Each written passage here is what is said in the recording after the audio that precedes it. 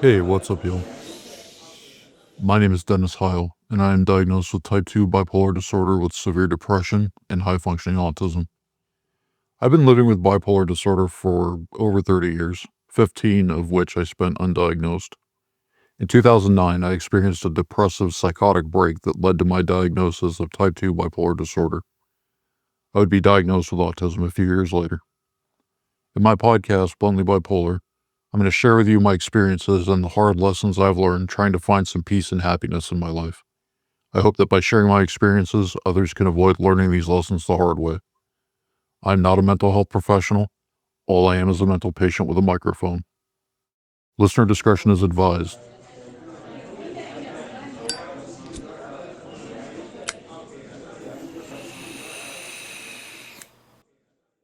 This is Unlocking the Power of Optimism, Gratitude, and Mindfulness. Gratitude and mindfulness are two words that get a lot of action in mental health spaces. Everyone and their grandmother preaches it, usually with a bright smile and good vibes to go with it. It's repeated so often that I think that a lot of folks just view it as meaningless noise.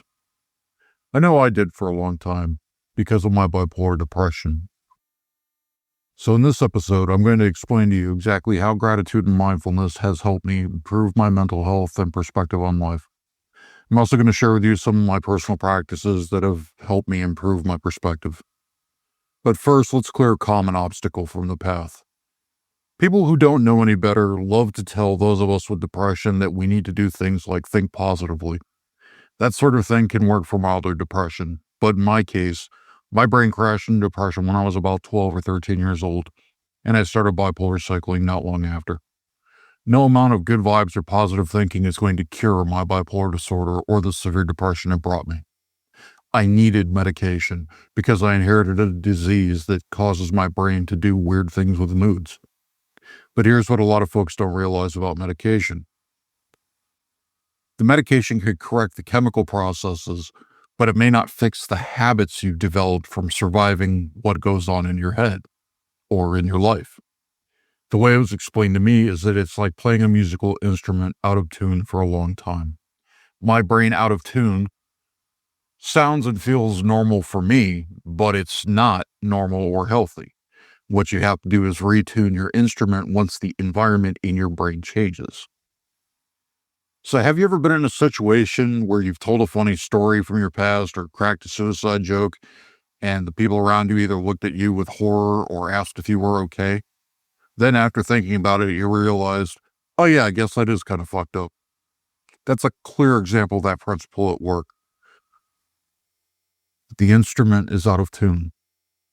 This is one reason why some people attempt suicide after they start on psych medication. The depression saps your energy and ability to do things chemically, so you don't necessarily act on the terrible thoughts that you have. But if your brain is out of tune and the medication works, it can give you the drive and energy to act on the distorted thoughts you're still having. For many of us, we need both medication and therapy to make our way through it without ending ourselves. Now, in my case, I was undiagnosed for about 15 years, just trying to exist with my severe bipolar depression through the substance abuse, suicide attempts, and bad decisions. I had 15 years of habitual self destructive thinking that I had to navigate as I started in therapy and with medication. The medication did not fix my self destructive thinking. I suffered from a lot of cognitive distortions. And if you're unfamiliar with the term, a cognitive distortion is a habitual, extreme way of thinking that's usually negative. They fuel unwell thinking, anxiety, depression, and harm your self esteem. For example, one I struggled with a lot is black and white, all or nothing thinking because of my depression and autism. I would try something, not be very good at it, and then determine it was useless to try because I clearly sucked at it. Now, that's a cognitive distortion because even talented people suck at things when they first start. It's the people who stick with it, even though they suck, that have the ability to get better. And that's true for so many things, from art to social skills to a job. Now, because I spent so much time in depression, my brain would automatically look for the awful in everything. I was a pessimist and cynical until I realized how lazy those methods of thinking are. It's easy to see the horrible because it's on a 24/7, 365-day loop on the news and social media. What's harder to see are all the people who are struggling to make things better. Positivity doesn't gain as much traction because so many of us are trapped in our negative thinking. Many of us have programmed ourselves to see the awful in everything. And cognitive distortions are easy to understand when applied to life. It's much easier to fall into the trap of all or nothing thinking, concluding that all of humanity is terrible because some people do some terrible things. So if you don't take steps to offset the negativity, then you can just drown in it. And that's where gratitude and mindfulness enters the picture. Gratitude helped me retrain my brain to stop seeing the awful in everything. In fact, it's made such a difference in the way I think and perceive the world that I would consider myself an optimist now. Yes, there are a lot of problems in the world, and I still have personal problems like anyone else. But instead of hopelessness, I've come to understand that most problems do have a solution. And even if there is no solution, I will either survive it or it will kill me, and either way, it will no longer be a problem. So let me give you a practical example. There were long stretches of time where I would wake up in the morning and my first thought was, fuck, I woke up again. And I would start my day off by plunging my brain back into depression. I would lay in bed and ruminate on how bad things were going, how hostile my brain was, and how shitty life was. That would be how I would start my mornings as I mentally prepared myself to get out of bed. And shockingly, my day generally wouldn't get any better. I assumed I would have a shitty day, so my brain automatically looked for all the awful things that would confirm my own pessimism. Anything that went wrong, no matter how minor, was just another reason why everything was shit. I would look for flaws in positive events because, of course, something is going to go wrong. Nothing ever goes right or well for me. Now, mind you, robbing myself of small moments of happiness was a habit that was forced on me by my depression. Even in the times when I wasn't that depressed, I would still do it out of habit, which would usually make my depression worse. At times, it would drive me to self-sabotage or just ignore good things altogether.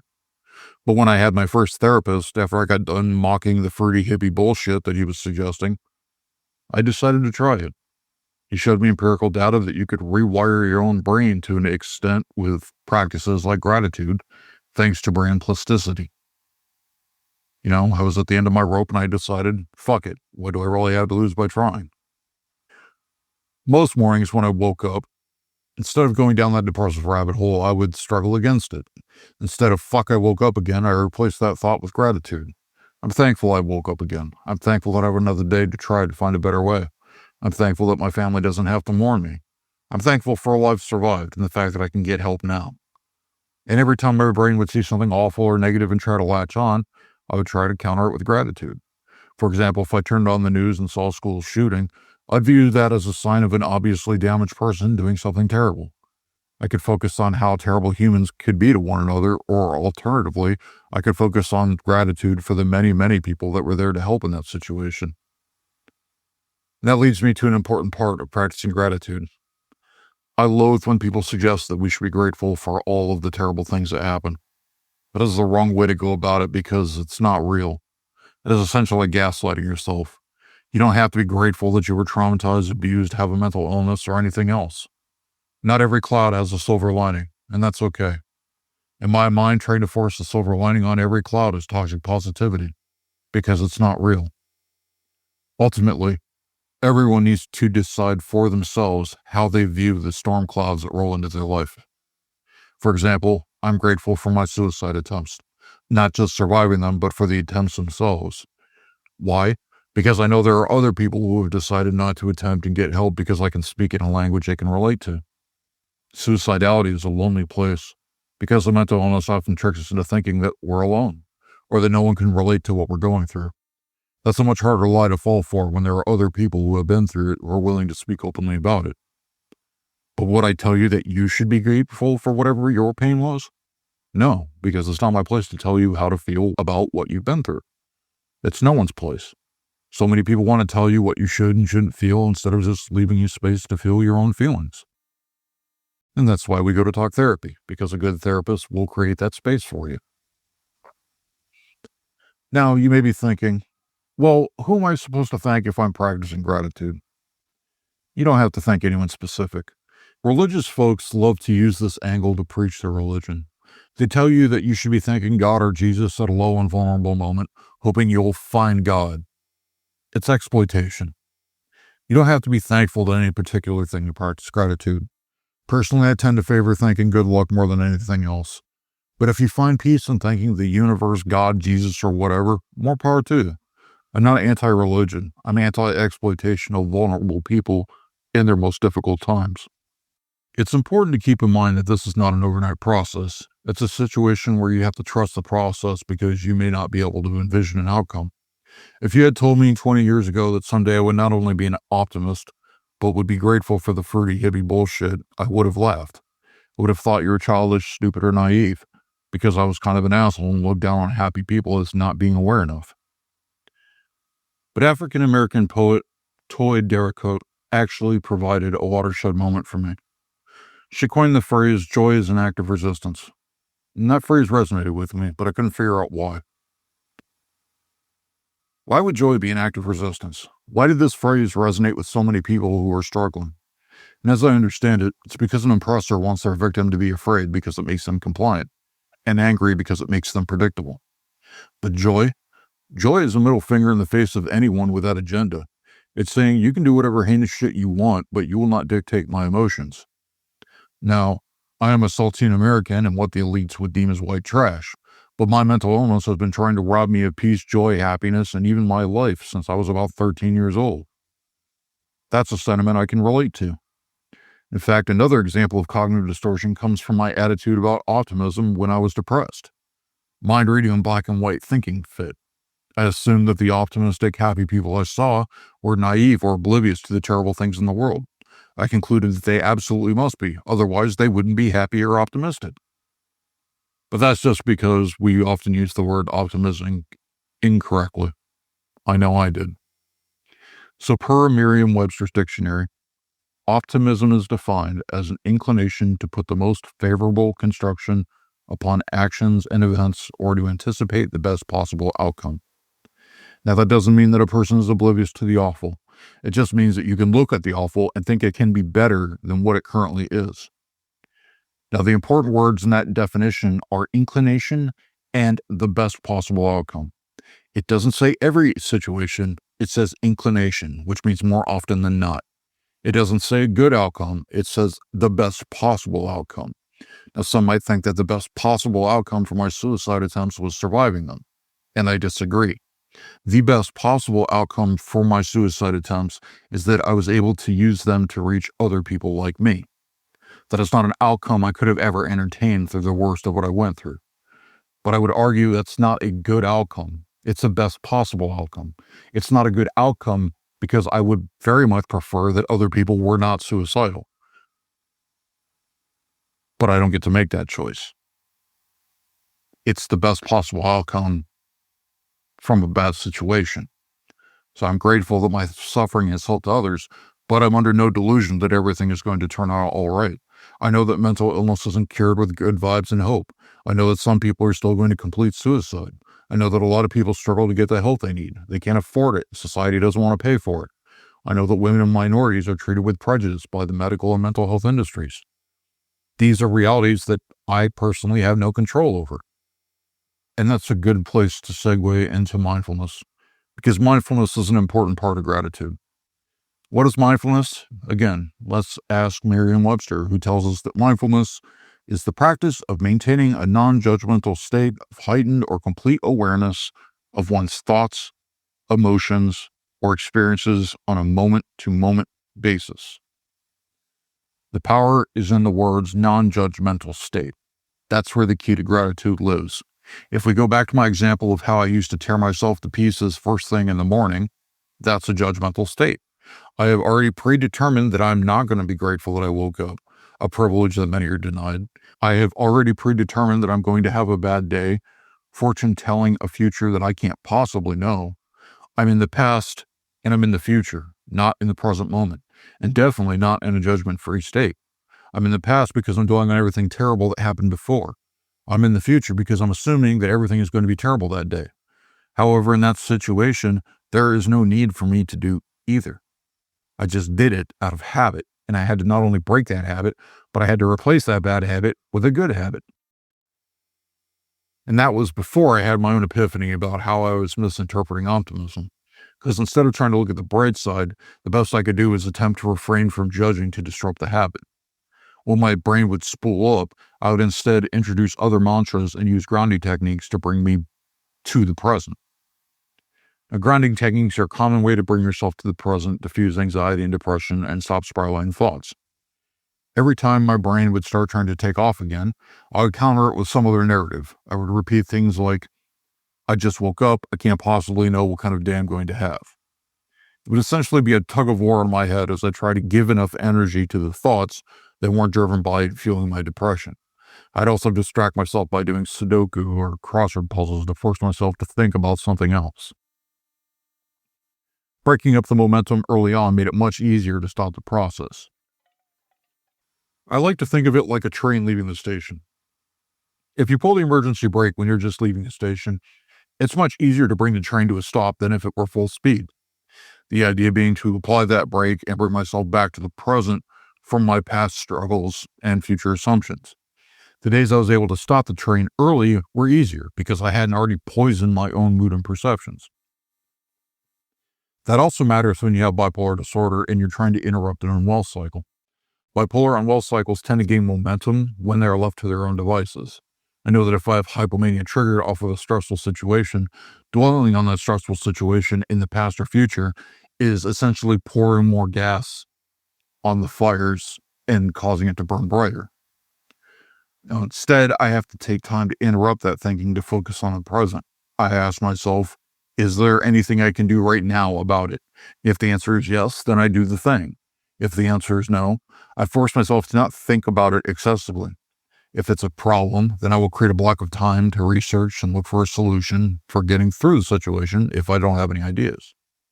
But once the time is up, I force it out of my brain through mantras or distractions that would require me to think about something else. What I find is that my brain either slows down or crashes out of the unwellness. If I'm depressed, I usually just have to hope for the best and trying to make sure that I don't spiral into a darker pit. I know I'm probably not going to bring myself out of the depression due to the way my bipolar disorder manifests, mostly depression, but I've been able to stop it from getting worse numerous times. And sometimes that's the best possible outcome I can hope for. Now, there's a couple common grounding techniques that you may find helpful. The first is the 5-4-3-2-1 method that uses your five senses to bring your mind back to what you're experiencing right now in the present. Look around and name 5 objects you can see. Then notice 4 things your body can touch and their textures. Then listen for 3 sounds in your environment. Then attempt to locate 2 smells. And finally, notice 1 taste in your mouth. This is a common de-escalation technique that folks use for all kinds of things, including disrupting anxiety and spiraling thoughts. The second technique is called box breathing. Inhale for 4 seconds through your nose, hold your breath for 4 seconds, exhale for 4 seconds through your mouth. Hold your breath for 4 seconds and repeat until you calm down. Count in your head slowly from 1 to 4 with each step. Focus on the numbers in your mind's eye. Box breathing activates your body's relaxation response, which helps turn down your arousal, which makes it easier to interrupt spiraling thoughts and anxiety. There's a medical breakdown linked in the show notes that explains the science behind it. It usually doesn't take long either, not more than a minute or 2 in my experience. It's also good for meditation if that's your vibe. Because meditation and mindfulness are interlinked because the point of meditation is to focus your attention and observe your thoughts.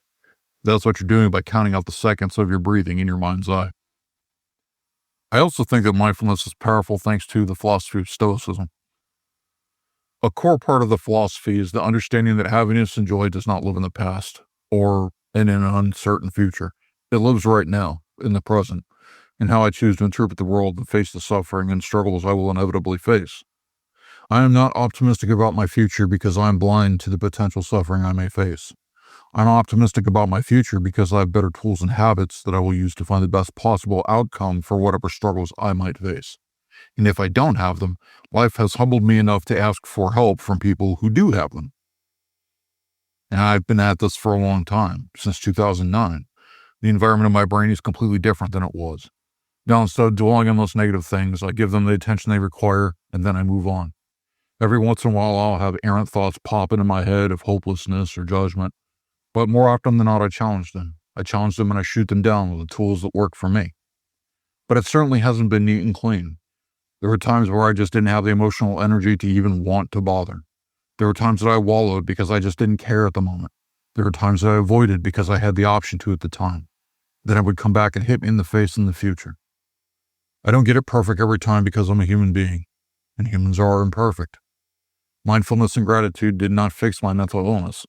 What it did was help me to counteract several of the unhealthy behaviors that my brain was prone to because of my mental illness and trauma. That was necessary for me because I had spent so long undiagnosed that the awful thoughts were just normal and sometimes even comforting to me. If nothing else, those thoughts were something I could expect because drowning yourself in negativity can be as simple as opening an app. The algorithm will be more than happy to facilitate your doom scrolling because companies profit off of your fear, anger, and attention. Now, I could avoid that altogether by never looking at it, but I don't like that option. To me, that's just avoidance, and avoidance is rarely a good thing. Instead, I aim to dictate how I feel and respond to the awful parts of the world and humanity.